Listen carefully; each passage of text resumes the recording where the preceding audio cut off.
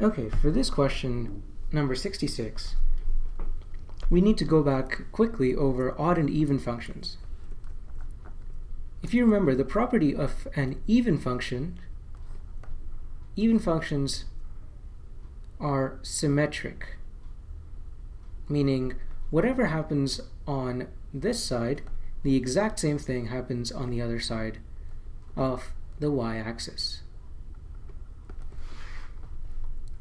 The property of even functions is that the integral of an even function from negative limit to the exact same positive limit is equal to 2 times the integral from 0 to the positive limit.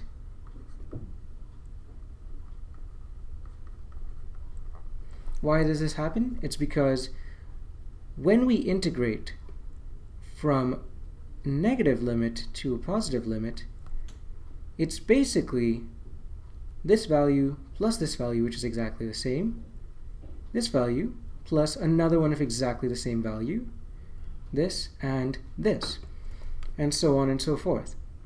As a result, it's essentially the same as integrating from 0 to the positive limit and then just doubling the answer. Now, odd functions are a little different. For an odd function, whatever happens on this side, the exact opposite happens on this side. And so, if we integrate from a negative limit to a positive limit, we find that this value here plus its exact negative cancel out. Same way, this value and this value cancel out. This and this cancel out, and so on and so forth. As a result, we find a property that says the integration from a negative limit to the positive limit of an odd function is exactly 0.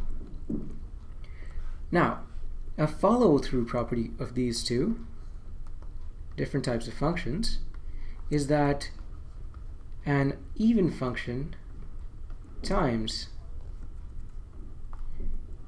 an odd function gives an odd function.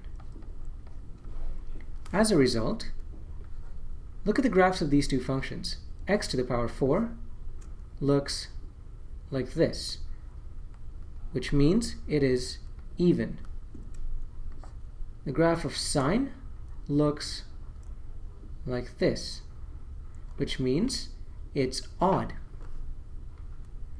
Even times odd, the resulting function g of x, which in our case is equal to x power 4 times sine x, is odd.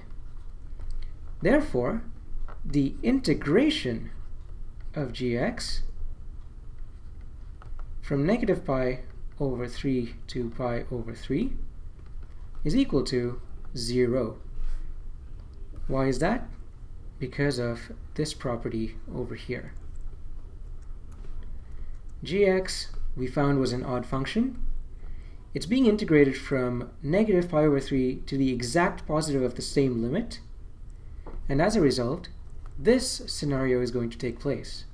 Every negative value is going to be cancelled out by the exact same positive value, and that's why the integral value of this whole function is equal to 0.